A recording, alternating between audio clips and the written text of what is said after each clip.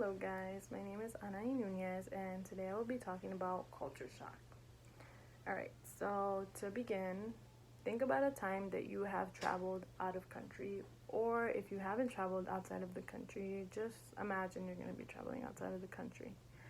You're going to be faced with new places, you're going to meet new people, and perhaps you may even encounter a language barrier.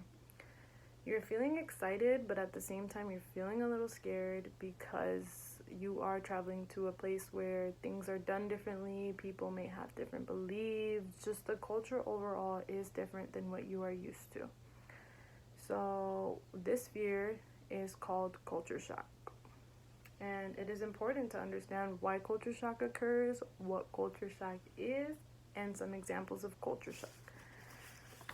So, culture shock is the result of us becoming so used to our everyday surroundings that when we are placed in a new surrounding, we kind of we're like, whoa, what is this? We're not prepared for it. It's so sudden that we kind of have to take a step back and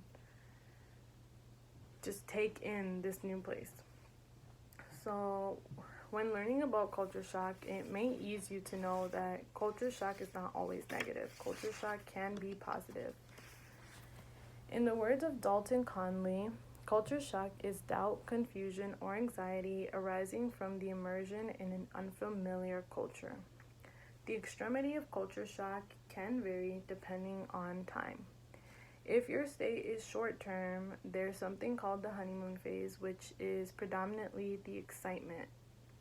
So, short term, the honeymoon phase is most likely to take up the entirety of your trip. However, if your stay is long term, the honeymoon phase is only going to take up a short portion of your stay.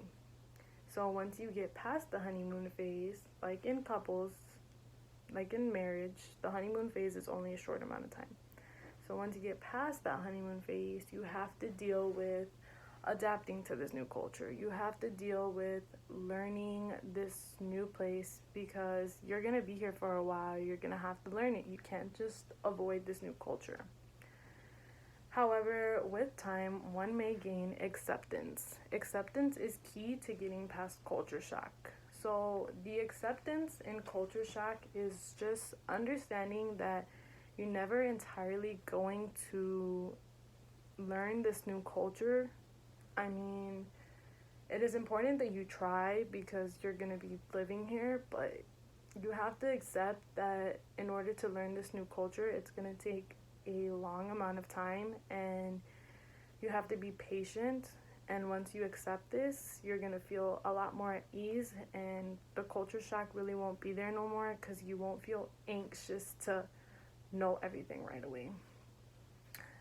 So now that we have gone more in depth into what culture shock is, we can get into some examples.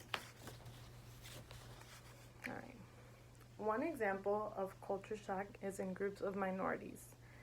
In 1999, Elijah Anderson observed how groups of minorities learn to instinctively code switch in their daily lives. So the observation that Elijah Anderson made was in African Americans. He said that they tended to go back and forth between what he described as standard English and African American English. They would make this switch when going from environments that were predominantly occupied by whites and when they would go to environments that they felt they were the majority in. Another example of culture shock is based on location. So, say you and your family are going on vacation to Mexico.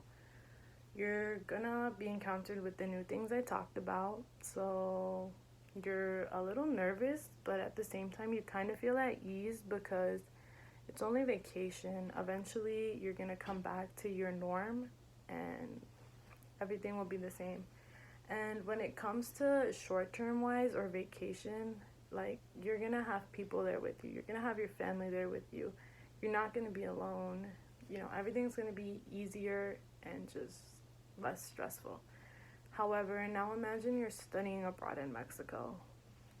So you're going to be doing this alone. You're going to be committed to this, because studying abroad is not something where you can easily come back. No, you're committing to this new life, and you kind of have to learn it. You kind of have to adapt to the new culture. You don't really have a choice, you know?